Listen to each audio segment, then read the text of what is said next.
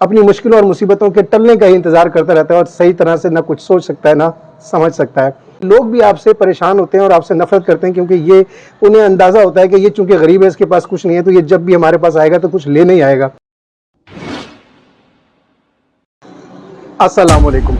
मौला मुत्तकियान मौला इमाम अली अलैहिस्सलाम नहजुल बलागा की हिकमत 319 में फरमाते हैं, मौला अली अलैहिस्सलाम ने अपने फर्जंद मोहम्मद इब्ने हनफिया से फरमाया, ए फर्जंद, मैं तुम्हारे लिए फ़क्र व तंगदस्ती से डरता हूँ, लिहाजा फ़क्र व नादारी से अल्लाह की पनाह मांगो।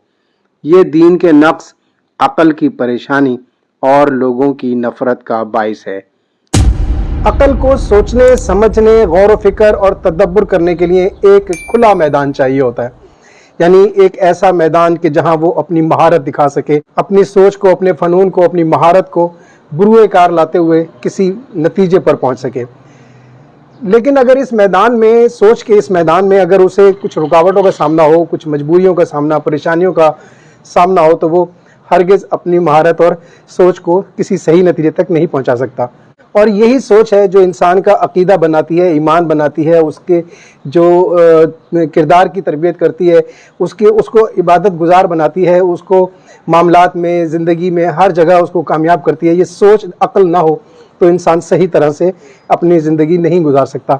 इसलिए आप अलैहिस्सलाम ने फरमाया कि फ़क्र और तंगदस्ती यानी गुर्बत, पैसे का ना होना परेशानियों का बायस बनता है, अक्ल को सही तरह से सोचने नहीं देता।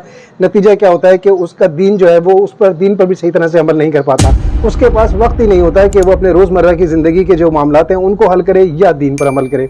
इसी तरह से वो अक्ल की परेशानी यानी उसकी गुर्बत ही उसको सोचने समझने का मौका नहीं देती। उसे तो कल की और आज की ही फिक्र होती है कि किस तरीके से उसे पेट भरना है, ग़िज़ा कैसे उसे हासिल करनी है। अपनी मुश्किलों और मुसीबतों के टलने का ही इंतजार करता रहता है और सही तरह से ना कुछ सोच सकता है ना समझ सकता है। और तीसरी एक बात और बताई कि इस फ़क्र तंगदस्ती से होता क्या है कि लोग भी आपसे परेशान होते हैं और आपसे नफरत करते हैं क्योंकि ये उन्हें अंदाज़ा होता है कि ये चूंकि गरीब है, इसके पास कुछ नहीं है, तो ये जब भी हमारे पास आएगा तो कुछ लेने ही आएगा, जिस वजह से वो इससे नफरत करते हैं ताकि ये हमसे दूर रहे। कोशिश कीजिए कि हर हाल में एक ये काम भी औलाद की परवरिश में शामिल कर लीजिए कि आपको उसे कल एक बेहतरीन रोज़गार भी देना है। उस रोज़गार देने के लिए हो सके तो जब औलाद छोटी हो, पढ़ रही हो, उसी वक्त से कोई ऐसा कारोबार करना शुरू कर दीजिए कि वो उसके जवान होते तक जमना शुरू हो जाए और वो इस तरह से अपने कारोबार में आकर बैठ जाए। शुक्रिया।